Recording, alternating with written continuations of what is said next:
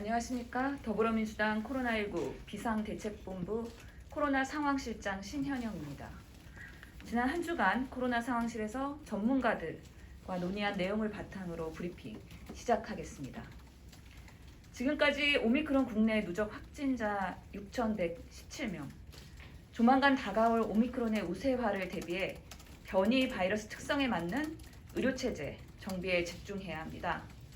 한국, 캐나다 팬데믹 협력 연구단의 연구 결과에 의하면 현재와 같은 백신 접종률 저하, 그리고 방역 패스와 거리두기 완화가 이어질 경우에 1일 신규 확진자가 7,700명부터 95,000명까지 큰 폭으로 달라질 수 있다고 예측하고 있습니다.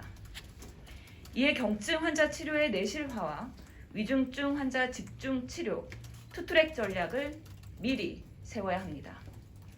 특히 경증 환자 폭증을 대비한 재택치료 세팅이 중요한데 시군구 재택치료 추진단 조직을 지역마다 준비하면서 보건소, 1차 의료, 이송체계 구축, 전담병원 등 지역별 감염병 전달 체계가 수립되어야 합니다.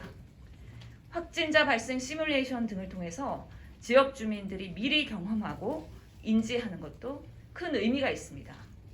특히 확진자의 기저질환 문제, 그리고 역류와 임산부 등의 확진의 경우 관련해서 탁과 진료 협진이 가능하도록 소아과, 산부인과 등 구체적인 상황에 맞는 시나리오와 인프라를 구축할 필요가 있습니다. 중앙임상위원회의 제도화와 체계화를 통해 공신력 있는 코로나19 진료 지침의 제도적 기반도 마련해야 합니다. 코로나 진단과 치료 과정에서 현장에서 맞닥뜨리는 문제들을 빠르게 결정할 수 있도록 의료계가 주도적으로 의사결정 구조에 참여할 수 있어야 합니다.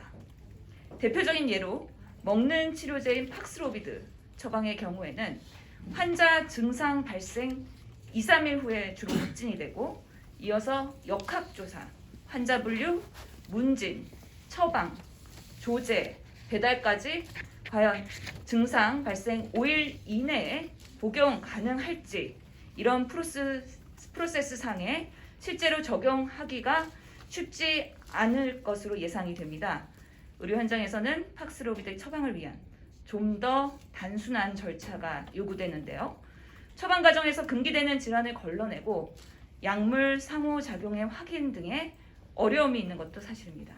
현실 가능한 처방 지침 개선, 해결 방안에 대한 현장과의 소통이 필요합니다. 방역 패스에 대해서도 말씀드리겠습니다. 방역 패스에 대한 법원 판결은 종종 하지만 코로나 위기 상황에서 한시적으로 적용될 불가피한 조치였음도 헤아려 주시기 바랍니다. 또한 방역 당국은 지역별, 업종별 적용 사례를 일관성 있게 추진해야 하며 현장에서 혼란이 최소화될 수 있도록 보완 조치가 필요합니다. 장소 특성별 바이러스 전파에 대해 안전한 활동이 가능하도록 대안을 마련해 주시길 정부 당국에 요구합니다.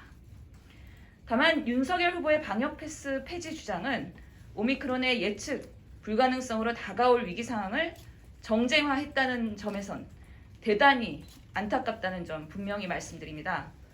오미크론이 국내에 가져올 위기 상황에 합리적인 방안과 국민께 드려야 할 메시지가 무엇인지 그리고 여야가 어떻게 협력해야 될지 국민의힘도 진지하게 고민해야 할 것입니다.